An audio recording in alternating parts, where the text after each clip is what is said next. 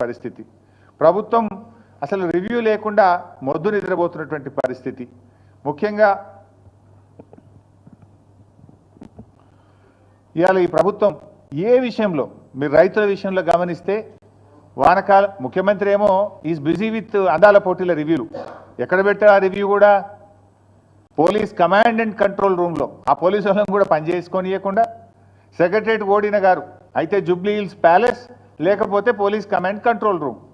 నెల రోజులకు ఒక్కసారి కూడా సెక్రటరేట్ ముఖం చూస్తలేడు. ఇవాళ ఆ పోలీస్ కమాండ్ కంట్రోల్ రూమ్లో అందాల పోటీల మీద రివ్యూ పెడుతున్నావు కదా రేవంత్ రెడ్డి గారు, మరి రైతులకు రైతు బంధు అందిందా లేదా అని ఎందుకో రివ్యూ పెట్టవు? వానకాలం రైతు బంధు ఎగబెట్టివి, యాసంగి రైతు బంధు సగం మంది కూడా అయిపోతుంది. రుణమాఫీ అందిందా లేదా? 42,000 కోట్లు రుణమాఫీ ఇస్తామని చెప్పి కాంగ్రెస్ పార్టీ అసెంబ్లీలో బడ్జెట్ ప్రసంగంలో చెప్పి ఎన్నికల సమయంలో హామీ ఇచ్చినావు. మరి అసెంబ్లీలో బడ్జెట్లో చెప్పిన రుణమాఫీ 42,000 కోట్లు అయిందా లేదా అని రివ్యూ చేయడానికి నీకు సమయం దొరకలేదా రేవంత్ రెడ్డి గారు? కేసీఆర్ గారు రైతు బీమాను దేశంలోనే ప్రపంచంలో ఎవరు చేయని పని రైతు బీమాని తెచ్చి రైతులకు భరోసాని ఇచ్చిండు, ధైర్యాన్ని ఇచ్చిండు. ఇవాళ మీరు ఇంతవరకు ఫిబ్రవరిలో కట్టాల్సిన రైతు బీమా పైసలు మే నెల వచ్చినా రైతు బీమా పైసలు కట్టలే. ఇవాళ మార్చ్, ఏప్రిల్, మేలో చనిపోయిన రైతులకు రైతు బీమా డబ్బులు రావడం లేదు. దీన్ని రివ్యూ చేయడానికి రేవంత్ రెడ్డి గారు మీకు సమయం లేదా అని నేను అడుగుతా ఉన్నా. ఈ వడ్లు కొంటలేరు, వడ్ల కుప్పల మీద రైతులు పిట్టలాగా రాలిపోతుంటే దీని మీద రివ్యూ చేయడానికి మీకు సమయం లేదా అని నేను అడుగుతా ఉన్నా. 4,000 కోట్లు వడ్లు కొన్న రైతులకు డబ్బులు రావడం లేదు.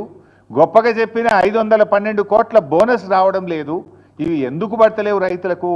48 గంటల్లో కేసీఆర్ ఇచ్చినప్పుడు మీరు ఎందుకు ఇవ్వలేకపోతుండ్రో రివ్యూ చేసుకోవడానికి మీకు సమయం లేదా రేవంత్ రెడ్డి గారు? అందాల పోటీల మీద ఉన్న శ్రద్ధ రైతుల మీద మీకు ఎందుకు లేదు అని నేను సూటిగా ప్రశ్నిస్తా ఉన్నా. ఇవాళ అనేక చోట్ల నేనేమి రాజకీయంగా చెప్తున్నటువంటి విషయం అంతకంటే కాదు. ఇవాళ ఉదయం నుంచి ఇవాళ జూపల్లి గారి నియోజకవర్గం కొల్లాపూర్లో తడిసిన ధాన్యాన్ని కొనాలని రైతులు రోడ్డెక్కినారు. వాళ్ళని పట్టించుకునే నాతులు లేదు. తరుగు పేరిట కిలోల కొద్ది 4 కిలోలు 5 కిలోలు తీస్తుండ్రని చెప్పి ఇవాళ కొల్లాపూర్లో వాళ్ళు ధర్నా చేసిండ్రు.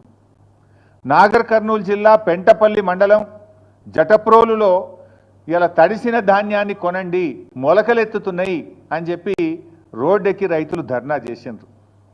జగిత్యాలలో తూకంలో 4 కిలోలు 5 కిలోలు ఎక్కువ పెడుతున్నారు, మాకు బస్తా మీద 5 కిలోలు తీస్తే క్వింటాల్ మీద 10 కిలోలు పోతుంది అని చెప్పి జగిత్యాలలో రైతులు ఇవాళ రోడ్డెక్కి ధర్నా చేసిండ్రు. అదేవిధంగా సిరిసిల్ల జిల్లాలో తంగెలపల్లి మండలం జిల్లెల గ్రామంలో వడ్లు కొనుగోలు చేయడం లేదని సిరిసిల్ల సిద్దిపేట హైవే మీద రాస్తా రోకో చేసిండ్రు. అదేవిధంగా సన్నవడ్లు కొంటలేరు, 2 నెలల నుంచి సన్నవడ్లు అమ్ముకోవడానికి కళ్ళంలో వడ్లు కోసి ఎదురు చూస్తున్నామని చెప్పి రాస్తా రోకో చేసినారు. వనపర్తి జిల్లాలో రాత్రి భారీ వర్షం పడి సంచులన్నీ తడిచిపోయినాయి, మక్కలు తడిచిపోయినాయి, కొంటలేరు అని చెప్పి మరి వనపర్తి మార్కెట్ యార్డ్ బయట రైతులు ఇవాళ ఆందోళనకు దిగినటువంటి పరిస్థితి. మా ఈశ్వరన్న గారు నియోజకవర్గం ధర్మపురిలో రాయపట్నంలో కూడా అక్కడ వడ్లు కొనడం లేదని చెప్పి ధర్నా చేసి కంప్లైంట్ ఇస్తే అక్కడ సీఈఓ ప్రభాకర్కు నోటీసులు జారీ అయినటువంటి పరిస్థితి. అదేవిధంగా ఖానాపూర్, ఆదిలాబాద్ జిల్లా ఖానాపూర్ మండలం ఏర్వచింతల గ్రామంలో 4 కిలోలు 5 కిలోలు ఎక్కువ జోక్తున్నారు, రైతులకు తరుగు పేరు మీద తాలు పేరు మీద తీస్తున్నారని చెప్పి పిఏసిఎస్ నిర్వాహకులను రూమ్లో వేసి తాళాలు వేసింది. ఇవాళ అంటే రాష్ట్రంలో ఈ జిల్లా ఆ జిల్లా కాదు, రాష్ట్రం అంతా కూడా ఈ సమస్య ఉంటే ప్రభుత్వం ఎందుకు మొద్దు నిద్రపోతా ఉంది? ఏదో అంటే చూడు, రోమ్ తగలబడుతుంటే ఫీడేలు వాయించుకున్న నీరో చక్రవర్తి లాగా రైతులు చనిపోతుంటే, రైతులు ఆత్మహత్య చేసుకుంటే, రైతులు రోజుల తరబడి పడిగాపులు కాస్తుంటే, రైతులు ఎండకు ఎండి వానకు తడిచిపోతుంటే మన ముఖ్యమంత్రి రేవంత్ రెడ్డి గారు ఏదో జూబ్లీ హిల్స్ ప్యాలెస్ చక్రవర్తి గారు మాత్రం అందాల పోటీల రివ్యూలు, ఢిల్లీ ట్రిప్పుల్లో బిజీగా ఉన్నారు. ఇదా రైతుల పట్ల మీకు ప్రేమ?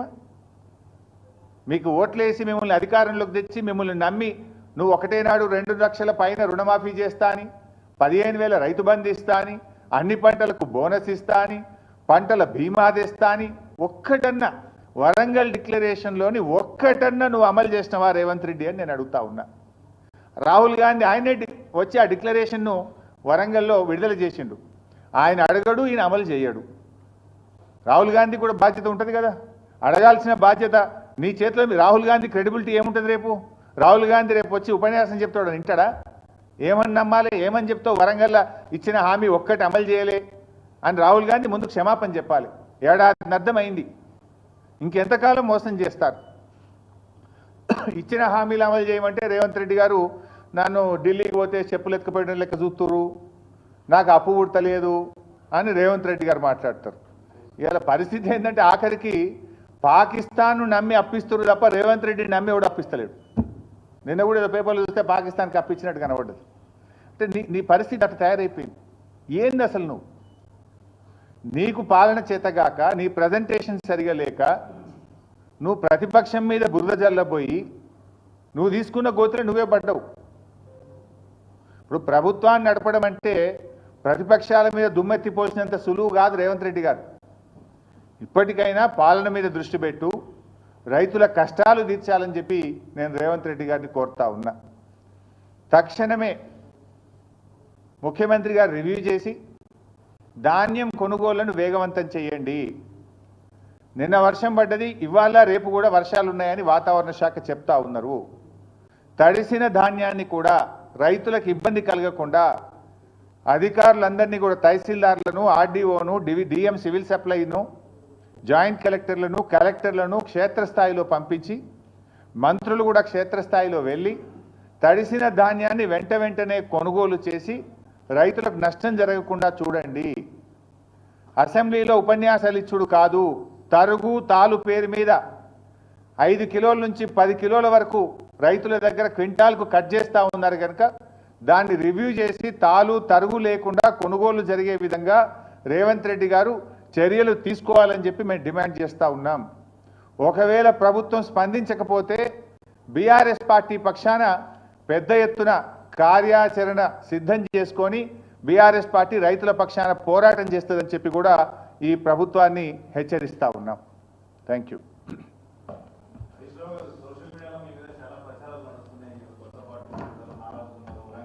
నేను ఇంత మంచిగా మాట్లాడితే నువ్వేంది?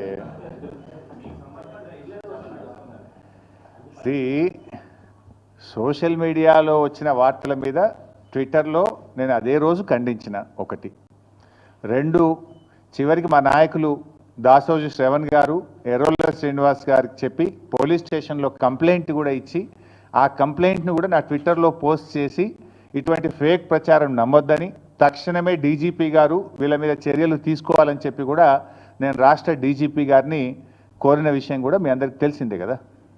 ఏం రగ్గారు?